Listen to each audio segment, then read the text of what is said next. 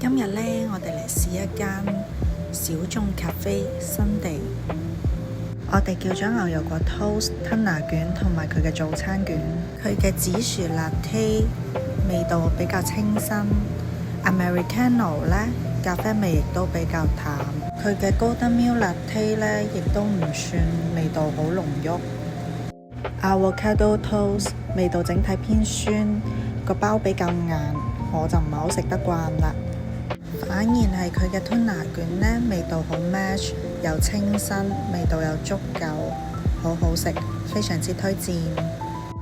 然後個早餐卷呢，你就一定要搽佢酸酸甜甜個醬，如果唔係呢，成個卷係完全冇味嘅。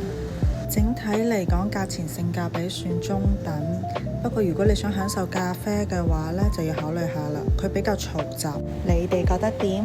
試過嘅記得話我知喎。